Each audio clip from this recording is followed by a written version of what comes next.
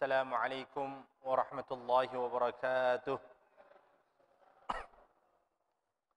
Alhamdulillah nahmaduhu wa nasta'inuhu wa nastaghfiruhu wa nastahdihi wa natubu ilayh. Wa na'udzu billahi min shururi anfusina wa min sayyiati a'malina. Man yahdihillahu fala mudilla lahu wa man yudlil fala hadiya lahu. Asyhadu an la ilaha illallah wa asyhadu anna Muhammadan 'abduhu wa rasuluh. Allahumma shalli wa sallim wa barik wa an'im 'ala sayyidina Muhammad وعلى آله وأصحابه ومن تبعهم بإحسان إلى يوم الدين. اللهم علمنا بما ينفعنا وانفعنا بما علمتنا وارزقنا علما نافعا. اللهم لا سهل إلا ما جعلته سهلا وأنت تجعل الحزن والصعب إذا شئت سهلا. رب اشرح لي صدري ويسر لي أمري واحلل عقدة من لساني يفقهوا قولي. أما بعد. معاشر المسلمين dan muslimat yang dirahmati oleh Allah Subhanahu wa taala. Melanjutkan pembahasan tafsir kita sudah sampai pada ayat yang ketiga kalau tidak salah. Alladzi anqadha dhahrak. Yang mana memang ketika Allah Subhanahu wa taala menghapuskan segala dosa-dosa yang pernah dilakukan oleh Nabi Muhammad SAW ataupun dosa-dosa yang belum pernah dilakukan, itu juga seluruhnya dihapuskan oleh Allah Subhanahu wa taala. Karena kenapa? Tidak ada satu orang pun, satu manusia pun di muka bumi ini yang maksum, yang terbebas dari dosa kecuali hanya Rasulullah SAW. Sehingga begitu mulianya Rasulullah, begitu istimewanya Rasulullah, sampai-sampai ketika beliau telah diampuni dosanya oleh Allah Subhanahu wa taala, maka beliau menginginkan untuk mencoba membuktikan diri agar apa yang telah diberikan kepadanya ingin sekali disyukuri oleh Nabi Muhammad SAW. Nabi Muhammad pada saat itu ingin mencapai maqam seperti orang-orang yang telah disebutkan oleh Allah Subhanahu wa taala ketika ia menyebutkan para nabi-nabi dan para rasul-rasul yang sebelumnya. Ketika Allah menyebut nama Nabi Nuh alaihissalam, disebut dengan sebutan innahu kana 'abdan syakura, bahwasanya Nabi Nuh alaihissalam itu merupakan hambaku, kata Allah Subhanahu wa taala, yang senantiasa bersyukur kepadaku.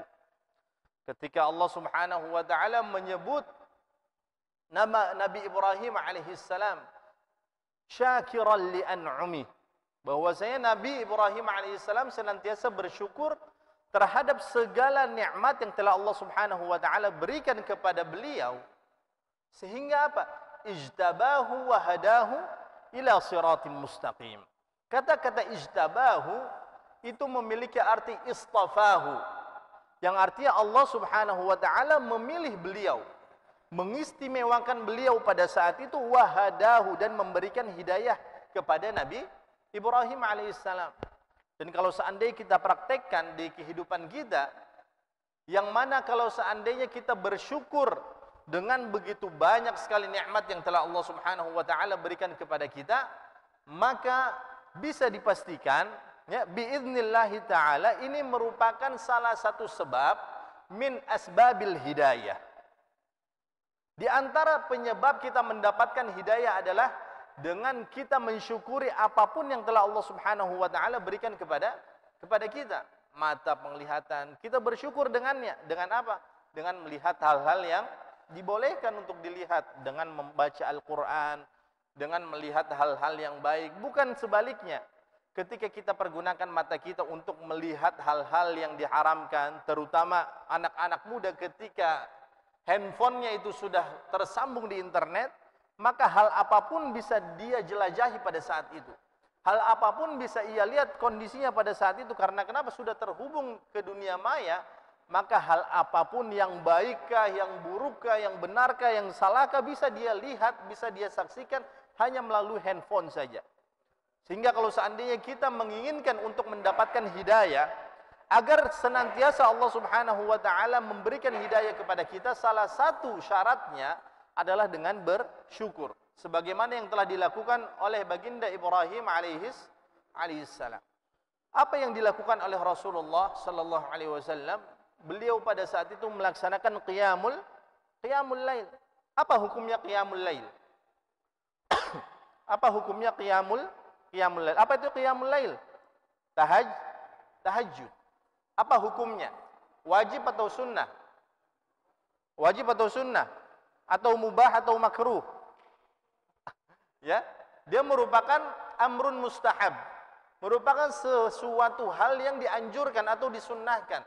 Allah Subhanahu wa taala berfirman, "Wa minal laili fatahajjad bihi nafilatan laka asa ayyab'atsaka rabbuka maqaman mahmuda." Dan dari sebagian malam saja, kata Allah Subhanahu wa taala. Sehingga para ulama membagi malam itu menjadi 3 bagian. Sulusun li ahlika, sepertiga malam yang pertama jadikanlah atau pergunakanlah malam itu untuk engkau gunakan kepada keluargamu.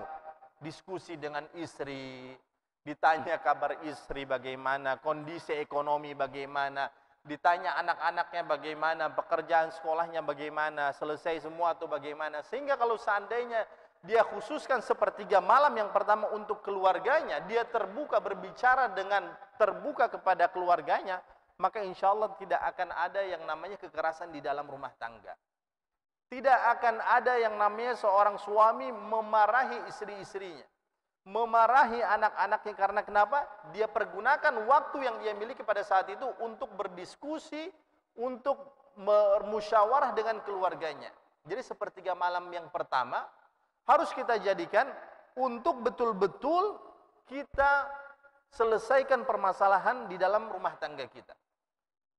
Wa thuluthun li badanika, dan sepertiga malam yang berikutnya yang kedua, pergunakanlah untuk badanmu. Karena jasad kita, fisik kita juga memiliki hak yang harus kita berikan haknya. Apa yang dibutuhkan untuk fisik kita? Badan kita ini butuh apa? Butuh istirahat. Karena pada siang harinya kita sudah capek mencari nafkah, kita sudah capek mengais rezeki. Oleh sebab itu, jangan pernah sama sekali lupakan apa yang dibutuhkan oleh tubuhmu. Makanya kalau seandainya ada orang-orang yang memforsir tubuhnya untuk bekerja siang dan malam, dia lembur, maka biasanya fisiknya itu akan jatuh sakit. Fisiknya nanti tidak menjadi fisik yang kuat, tidak. Padahal Rasulullah SAW beliau menyebutkan al-mu'minul qawi khairun wa habbu ilallah minal mu'minid dhaif. Bahwasanya seorang mukmin yang kuat itu jauh dicintai oleh Allah Subhanahu wa taala dibandingkan seorang mukmin yang lemah. Karena kenapa? Kalau seandainya fisik kita kuat, otomatis begitu banyak sekali ibadah-ibadah yang bisa kita laksanakan, baik ibadah yang mahdhah atau ibadah yang ghairu mahdhah. Baik ibadah yang salat, yang puasa, yang haji, ataupun ibadah-ibadah yang lainnya, mencari rizki, yang menyenangi keluarga, membantu orang lain. Karena kenapa? Kita memiliki fisik yang kuat. Coba bayangkan kalau seandainya fisik kita merupakan fisik yang lemah, sedikit-sedikit capek, sedikit-sedikit terbaring di tempat tidur, sedikit-sedikit masuk ke rumah sakit, maka begitu banyak sekali ibadah yang akan terlewatkan oleh kita, tidak bisa kita laksanakan. Bayangkan saja ketika Rasulullah SAW beliau melaksanakan tawaf bersama para sahabatnya. Tawaf dilaksanakan di mana? Di kota Makkah. Ada atau tidak orang yang tawaf di Madinah? Ada gak sih? Apa pengertian tawaf secara bahasa? Pengertian tawaf secara bahasa itu apa? Memutar. Mengelilingi. Ya. Kalau seandainya bapak-bapak pergi ke MCM, itu keliling cari baju, keliling, pindah ke toko ini, harga seng pas, pindah lagi ke toko ini seng pas. Dia keliling itu MCM. Itu bisa dikatakan sebagai orang yang sedang melaksanakan tawaf ke sing? Bisa, tapi secara bahasa. Karena secara bahasa pengertian tawaf itu artinya mengelilingi. Mengelilingi JMP misalnya, mengelilingi lapangan Merdeka misalnya, itu berarti dia telah melaksanakan tawaf secara bahasa. Tapi kalau secara syariat yang dimaksudkan dengan tawaf adalah mengelilingi Ka'bah dalam keadaan suci sebanyak 7 putaran. Ketika Rasulullah sedang melaksanakan tawaf bersama para sahabatnya, tiba-tiba diintip. Tahu diintip ke sing? Diintip oleh orang-orang Quraisy pada saat itu, intelnya mereka. Ini kira-kira Rasulullah sedang bikin apa? Nabi Muhammad sedang bikin apa dengan para sahabatnya? Maka Rasulullah menyadari bahwasanya mereka sedang diintai oleh intel-intelnya orang Quraisy. Maka apa yang diperintahkan oleh Rasulullah pada saat itu kepada para sahabatnya? Diperintahkan untuk membuka lengan bagian kanan. Makanya sampai detik ini, sampai saat ini, kalau seandainya kita sedang mengerjakan tawaf, di antara sunnahnya adalah untuk ittiba', yaitu apa? Membuka lengan sebelah kanan. Kenapa Rasulullah memerintahkan para sahabatnya untuk membuka lengan sebelah kanan? Untuk menunjukkan kekuatan yang dimiliki oleh para sahabatnya pada saat itu.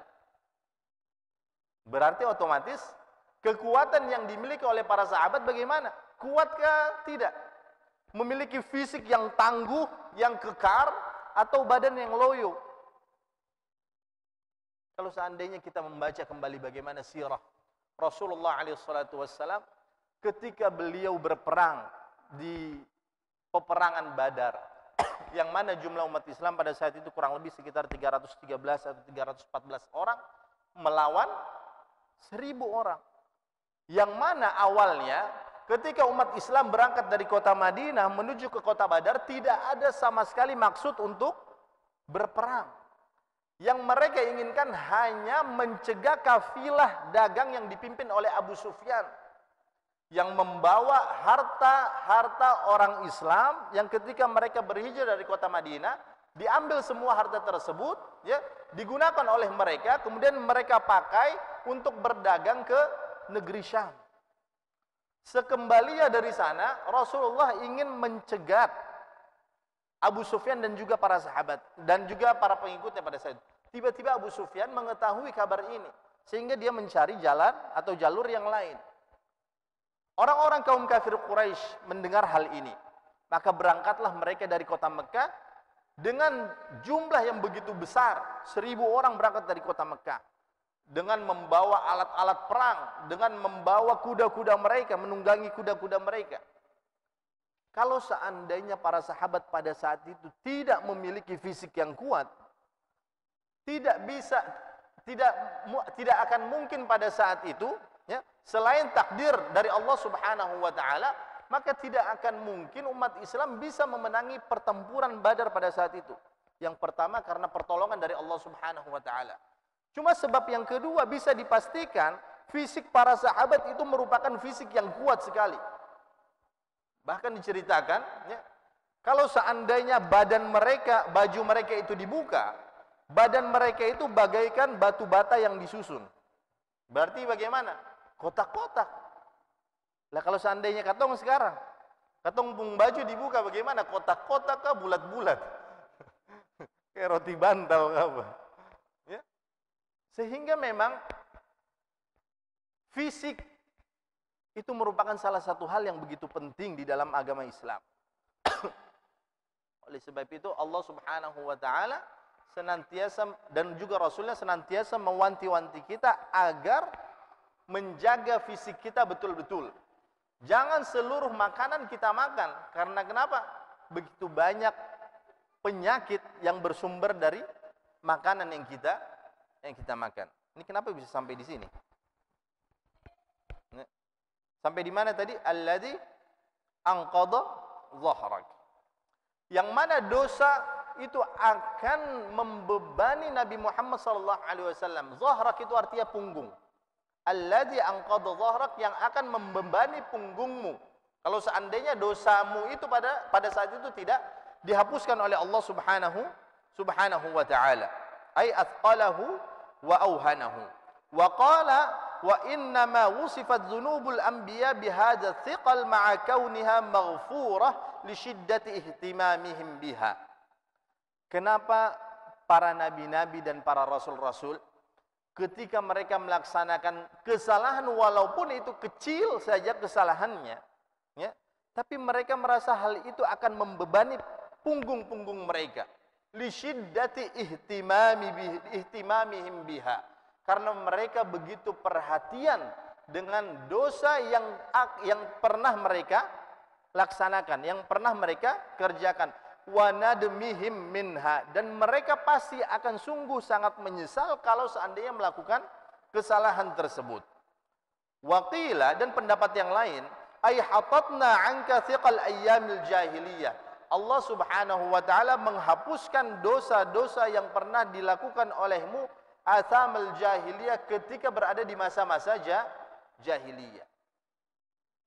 Mohon maaf sebelumnya, kita kembali lagi ke hadis Aisyah, ya. Rasulullah melaksanakan qiyamul lail untuk mencapai maqam abdan syakura, bukan karena menginginkan doa atau memiliki keinginan yang begitu banyak.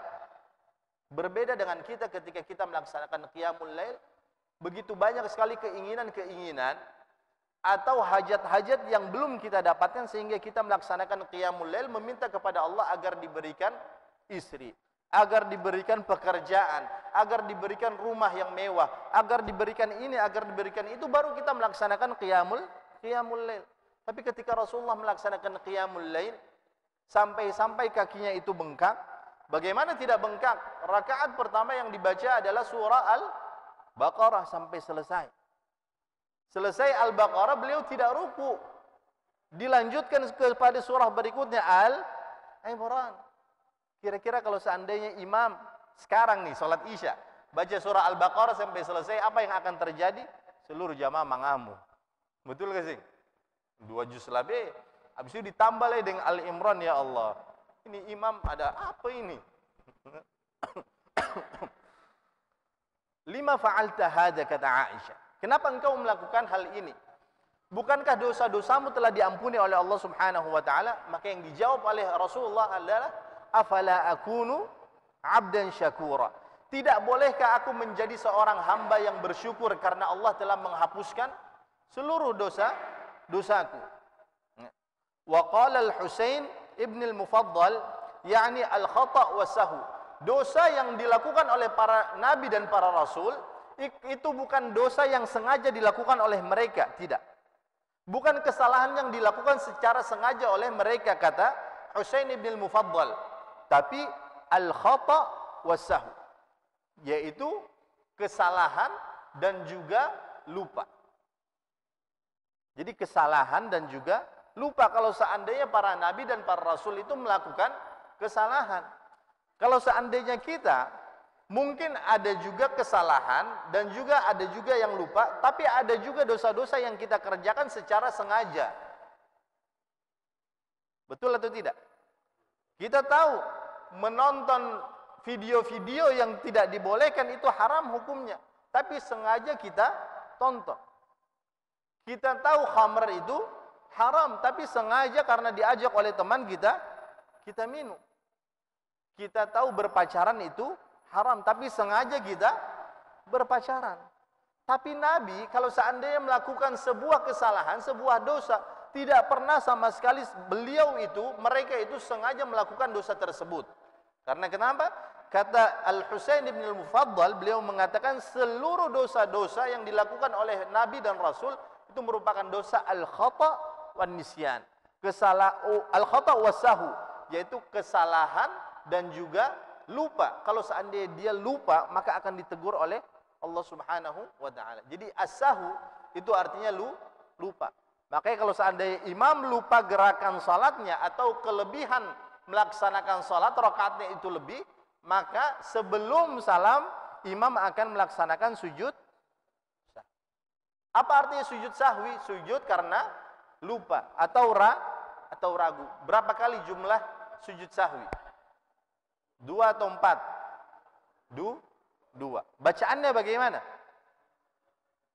Subhanalladzi la yanam wa la yashu. Kalau seandainya tidak hafal, baca saja subhana rabbiyal a'la, karena sebagian ulama juga membolehkan membaca itu.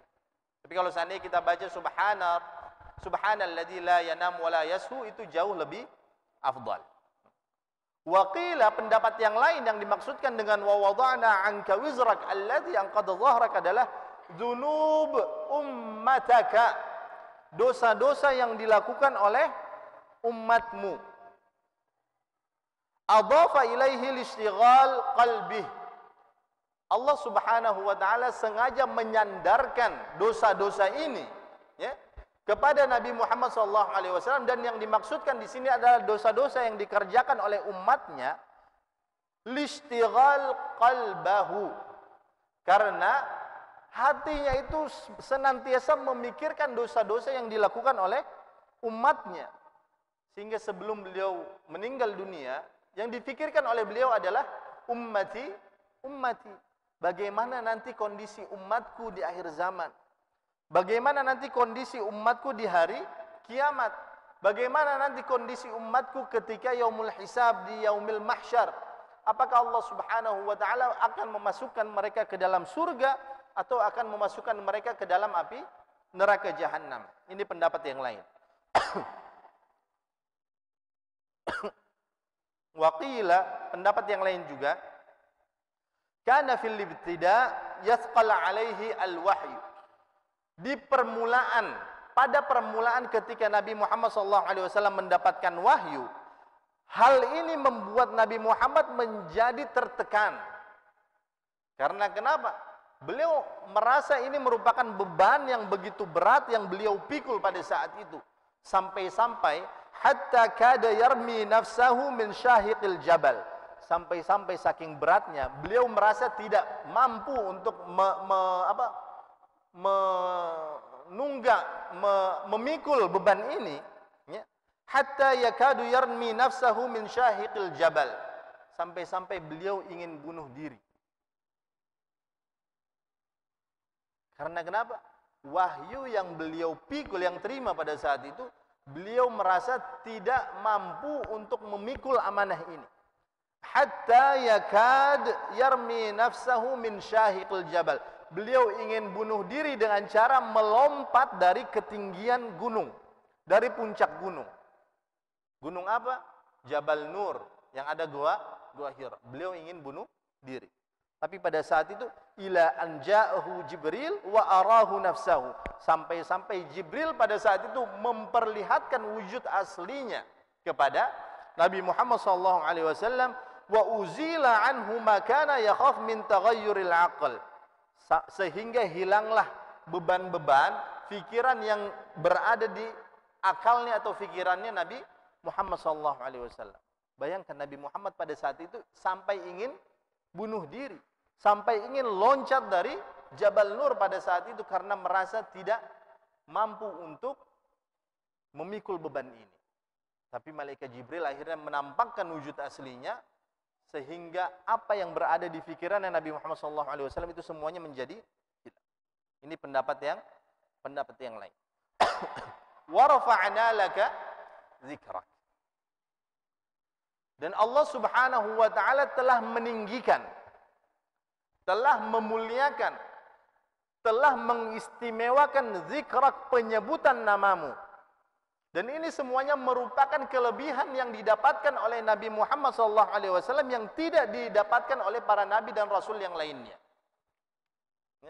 Mulai dari dilapangkan dadanya, dosanya dihapuskan, bahkan namanya itu ditinggikan oleh Allah Subhanahu wa taala, diabadikan oleh Allah Subhanahu wa taala. Qala Mujahid, Imam Mujahid beliau berkata, berpendapat di sini, yakni bit ta'zin. Bagaimana Nabi Muhammad itu ditinggikan? Yakni bit ta'zin, dengan diadakannya azan. Di setiap kali azan dikumandangkan di seluruh dunia, maka nama Nabi Muhammad SAW pasti akan disebutkan. Pasti akan disebutkan di mana-mana, dari mulai timur sampai barat, dari Indonesia sampai Amerika.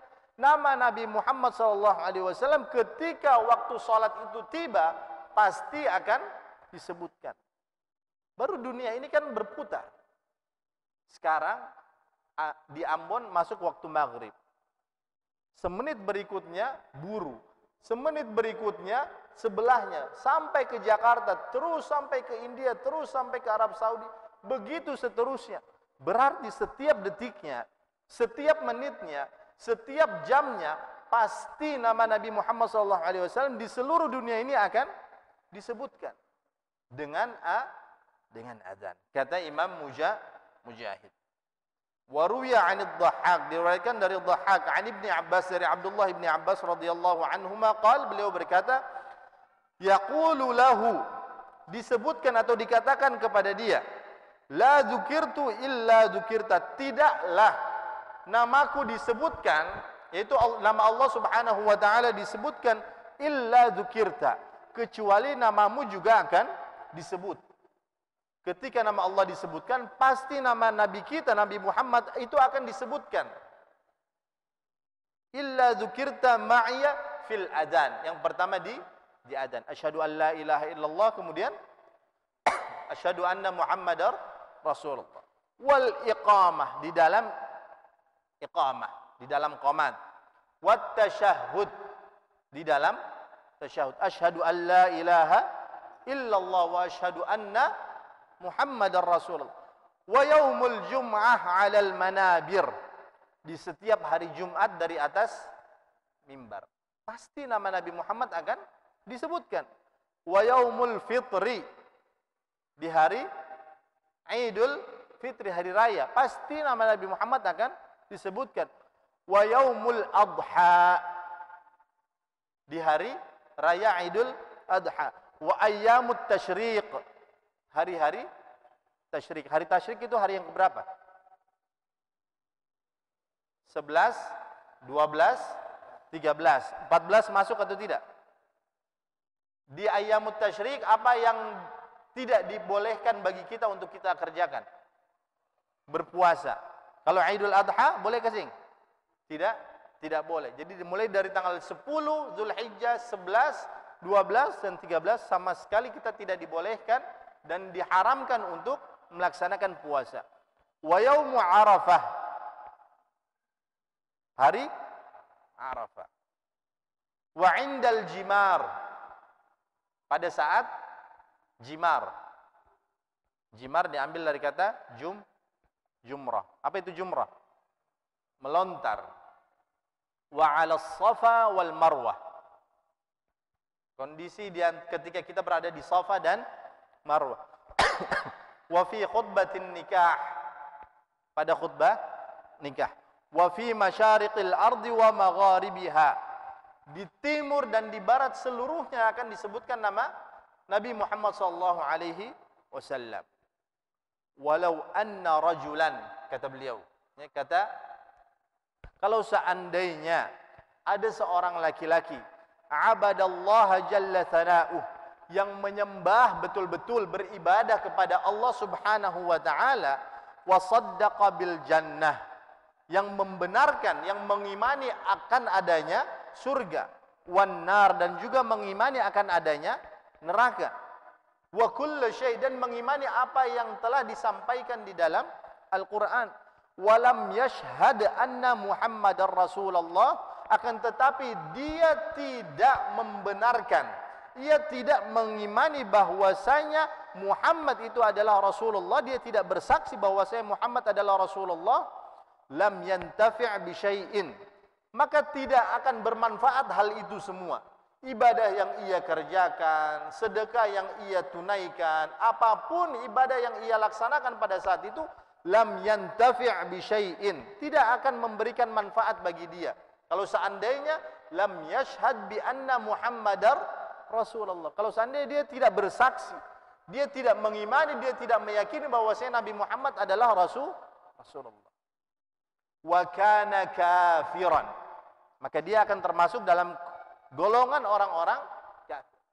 Orang-orang non-muslim, bagaimanapun kebaikan yang begitu banyak yang ia telah kerjakan di dunia ini, entah itu sedekah, entah itu membantu orang, entah itu membangun masjid, entah itu membangun sekolah, hatta entah itu dia mewakafkan Al-Quran, akan tetapi kalau seandainya dia tidak beriman kepada Allah dan tidak beriman kepada Nabi Muhammad SAW, lam yantafi' bi syai'in, tidak akan memberikan manfaat bagi dia. Mereka tidak akan masuk ke dalam surga. Orang-orang yang mengatakan bahwasanya seluruh agama itu sama karena mengajarkan kepada kebaikan, ternyata mereka itu salah. Karena kenapa? Inna dina indallahil Islam. Satu-satunya agama yang diridhai oleh Allah Subhanahu wa taala hanyalah Islam. Wa may yabtaghi ghairal islami dina, dan barang siapa yang mengharapkan selain agama Islam untuk menjadi agama mereka, falay yuqbala min, maka tidak akan diterima oleh Allah Subhanahu wa taala. Wa huwa fil akhirati minal khasirin, dan nanti di hari akhir, di hari kiamat, niscaya mereka akan menjadi golongan orang-orang yang merugi. Waqila, pendapat yang lain, ay a'alaina dzikraka fadzakarnaka fil kutubil munazzalah 'alal anbiya'i qablaka wa amarnahum bil bisyarati bika wala dina illa wa dinika yadhhar 'alaihi. Tidaklah penyebutan nama Nabi Muhammad SAW ini disebutkan kecuali sudah terdapat di dalam kitab-kitab mereka, di dalam kitab-kitab suci mereka, di dalam kitab Zabur, di dalam kitab Taurat, di dalam kitab Injil, nama Nabi Muhammad SAW itu telah disebutkan. Sampai-sampai mereka sebenarnya mengenali siapa itu Nabi Muhammad SAW, sebagaimana mereka mengenali anak-anak mereka. Anak yang pertama kalau tidur menggarong, ngorok. Anak yang kedua kalau bicara huruf R yang jelas. Anak yang ketiga kalau bajalang begini. Anak yang keempat, mereka mengenali anak-anak mereka. Dan perumpamaan inilah yang digunakan oleh Allah Subhanahu wa taala, yaitu ia jelaskan bahwasanya mereka, orang-orang Yahudi, orang-orang Nasrani itu sebenarnya mengetahui bahwasanya nabi terakhir itu merupakan Nabi Muhammad SAW, sebagaimana mereka mengenali anak-anak mereka. Bahkan nama Nabi Muhammad itu telah tertulis di dalam kitab-kitab mereka semuanya. Wa amarnahum bil bisyarati bika, dan Allah Subhanahu wa taala di dalam kitab-kitab mereka, baik itu kitab Taurat, Injil, Zabur, Allah telah memerintahkan mereka untuk mendapatkan kabar gembira tentang kedatangan Nabi Muhammad sallallahu alaihi wasallam. Wala dina illa wa dinika yadhhar alaih, dan tidak ada agama satupun di dunia ini kecuali agama Islam yang akan menjadi agama yang akan dianut oleh umat manusia. Waqila, pendapat yang lain, rafa'na dzikraka 'indal malaika fis sama. Allah Subhanahu wa taala memuliakan penyebutan nama Nabi Muhammad sallallahu alaihi wasallam sampai-sampai al malaika fis sama, sampai-sampai malaikat itu ketika mereka berada di langit, mereka akan senantiasa menyebutkan nama Nabi Muhammad SAW. Wa fil ardi 'indal mu'minin. Adapun ketika berada di dunia, maka yang akan menyebutkan nama Nabi Muhammad adalah orang-orang yang beriman. Di dunia nama Nabi Muhammad disebut. Di langit nama Nabi Muhammad pun disebut. Wa narfa'u fil akhirah dzikraka bima nu'tika minal maqamil mahmud wa karaimid darajat. Dan Allah Subhanahu wa taala meninggikan penyebutan namamu di akhirat, ya, sebagaimana Allah telah memberikan kepada ia minal maqamil mahmud, tempat yang terpuji, wa karaimid darajat, dan derajat yang begitu mulia, tingkatan yang begitu mulia di sisi Allah Subhanahu wa taala. Maka pada ayat berikutnya Allah Subhanahu wa taala berfirman, "Fa inna ma'al usri yusra." Inna ma'al usri yusra. Kata-kata ini, kalimat ini merupakan dua kalimat yang hampir mirip. Hanya berbeda satu huruf saja. Fa inna ma'al usri yusra, inna ma'al usri yusra. Huruf apa yang berbeda? Fa saja. Pada intinya ayat ini sama. Orang Arab kalau seandainya mengulangi kata yang sama atau mengulangi kalimat yang sama, berarti ini merupakan sebuah penegasan. Kalau di dalam bahasa Arab disebut dengan istilah at-ta'kid, penegasan atau penguatan. Kalau bahasa Indonesia, misalnya kita menyuruh kepada anak kita, buang ini dong. Kita ulangi, buang ini dong. Itu maksudnya apa? Penegasan. Seorang guru ketika memerintahkan kepada muridnya, tulis pelajaran ini. Tulis pelajaran ini, diulangi sampai 2 kali. Itu berarti pelajaran ini penting, sehingga diperintahkan kepada muridnya untuk menulis pelajaran yang diajarkan kepada mereka. Di sini Allah Subhanahu wa taala menjelaskan fa inna ma'al usri yusra. Sesungguhnya bersamaan dengan al-usr. Apa arti al-usr? Kesusahan. Pasti ada yusra. Apa artinya yusra? Kemudahan. Usr itu artinya susah. Yusr itu artinya mudah.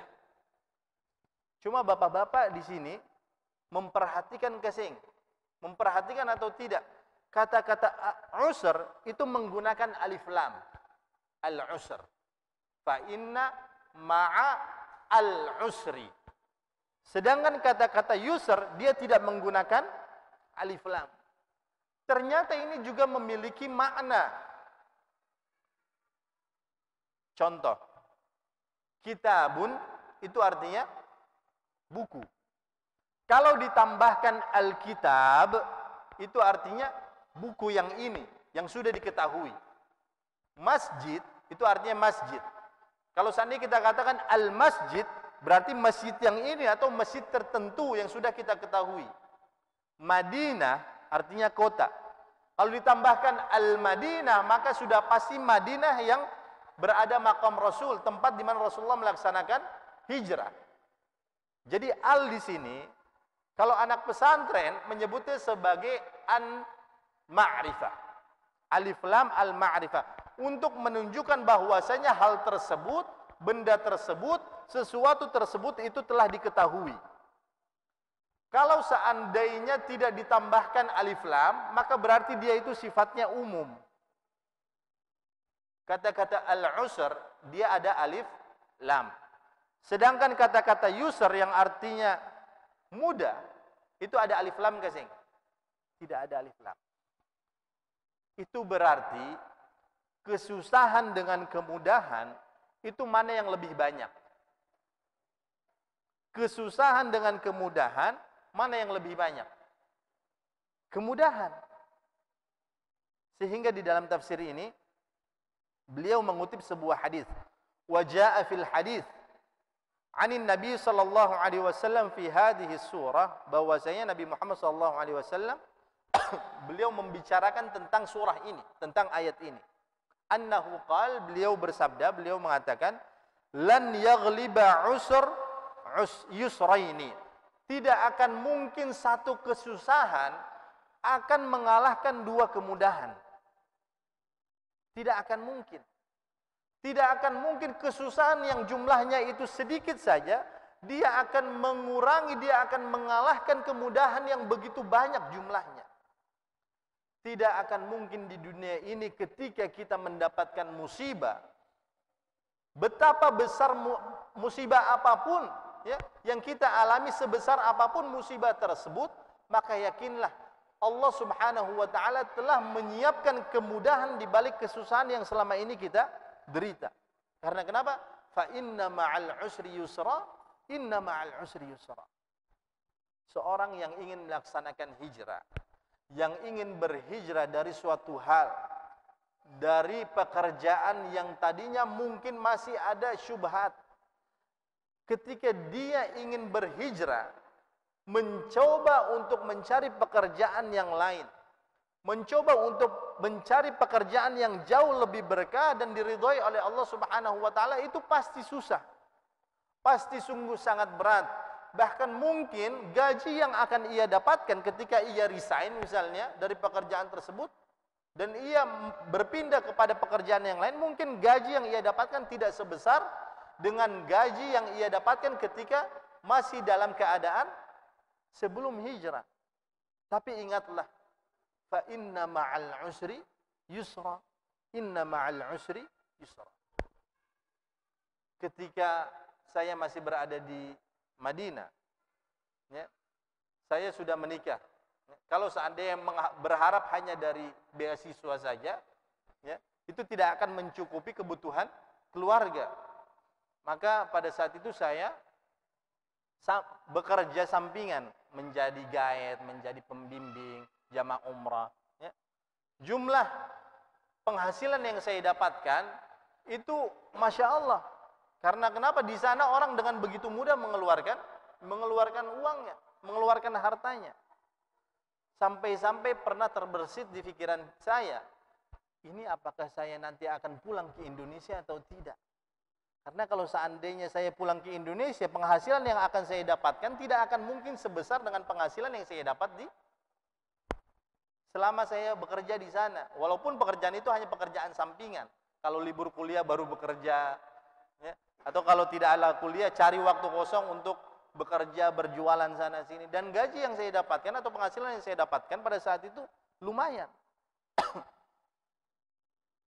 Tapi ada salah seorang teman yang mengingatkan bahwa saya dulu ketika sedang berada di majelis seperti ini, ada salah seorang ustadz orangnya dari Indonesia, berasal dari Indonesia. Ustadz tersebut sudah meninggal dunia. Apa yang dikatakan oleh beliau? Jangan pernah takut untuk kembali pulang ke tanah kelahiranmu untuk memulai dakwah. Kalau seandainya engkau hanya tetap berada di kota Madinah, maka ilmumu tidak akan berguna dengan banyak. Tidak akan banyak orang-orang yang akan mendapatkan manfaat dari ilmu yang selama ini engkau dapatkan ketika engkau belajar di sana.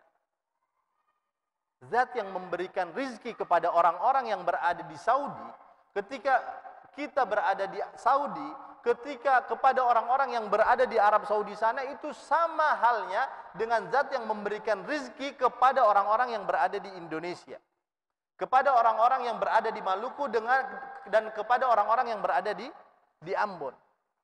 Oleh sebab itu jangan pernah sama sekali takut dengan rizki yang engkau dapatkan. Karena kenapa? Wa may yattaqillaha yaj'al lahu makhraja. Orang yang berani berhijrah, berani meninggalkan riba, berani resign demi mendapatkan rizki yang jauh lebih berkah, jauh lebih halal, maka niscaya Allah Subhanahu wa taala pasti akan membukakan bagi dia pintu jalan keluar. Fa inna ma'al usri yusra, inna ma'al usri yusra. Dan alhamdulillah sampai saat ini saya bisa makan, saya bisa tidur, ya. Rizki ada, uang ada, ya. Karena kenapa? Allah yang telah menjamin. Wa may yattaqillaha yaj'al lahu makhraj. Jangan pernah takut. Kalau seandainya kita merasa belum mampu untuk resign, maka tanamkan di dalam diri kita, tanamkan di dalam hati kita, harus kita memiliki niat, harus kita memiliki azam agar suatu saat kita mau meninggalkan pekerjaan tersebut demi mendapatkan rezeki yang jauh lebih berkah. والصحيح أن يقال إن الله بعث نبيه محمدا صلى الله عليه وسلم مقلا مخفا فعيره المشركون بفقره حتى قالوا له نجمع لك مالا فاغتنم وظن أنهم كذبوه لفقره فعزاه الله وعدد نعمه عليه وعده الغنى بقوله فإن مع العسر يسرا إن مع العسر يسرا أي لا يحزنك ما عيروك به من الفقر فإن مع ذلك العسر يسرا عاجلا أي في الدنيا. Ketika Rasulullah sallallahu alaihi wasallam beliau memulai menyampaikan dakwah ini kepada para sahabatnya, maka pada saat itu beliau diboikot sana sini oleh orang-orang Quraisy. Di Masjid Al-Fatah 100.000 kali kita sholat di masjid ini sama halnya 1 kali sholat kita sholat di Masjidil Haram. Tidak pernah sama sekali melaksanakan sholat 5 waktu. Belas. Disuruh untuk sholat dia yang mau. Dia katakan Allah telah menguji saya. Allah kirim parbeta kepada saya penyakit gula. Sampai-sampai kakinya itu diamputasi jari-jarinya. Dan terakhir dia sudah meninggal dunia. Hidayah milik Allah Subhanahu wa ta'ala. Tapi kalau seandainya dia bersabar, dia menerima takdir yang telah ditetapkan kepada dia, maka niscaya dia akan menjadi orang yang begitu bahagia. Sebagaimana sabda Rasulullah, ajaban li amril mu'min, innal amra kullahu khair, wa dzalika laisa li ahadin illa li mu'min. Saya begitu takjub terhadap urusan orang-orang yang beriman, karena seluruh perkara apapun yang terjadi menimpa dirinya, niscaya itu akan menjadi kebaikan bagi dirinya. In asabathu sarra syakar, kalau seandainya mendapatkan kesenangan, mendapatkan kemudahan, dapat gaji yang besar, dapat gaji double, dapat gaji yang ke-13, syakar, dia akan bersyukur. Wa in asabathu dharra sabar, dan kalau seandainya dia ditimpa musibah, maka dia akan bersabar. Wallahu taala alam, karena sudah masuk waktu Isya. Insyaallah kita akan lanjutkan pada pertemuan berikutnya. Kurang lebihnya mohon maaf. Wabillahi taufiq wal hidayah. Wassalamualaikum warahmatullahi wabarakatuh.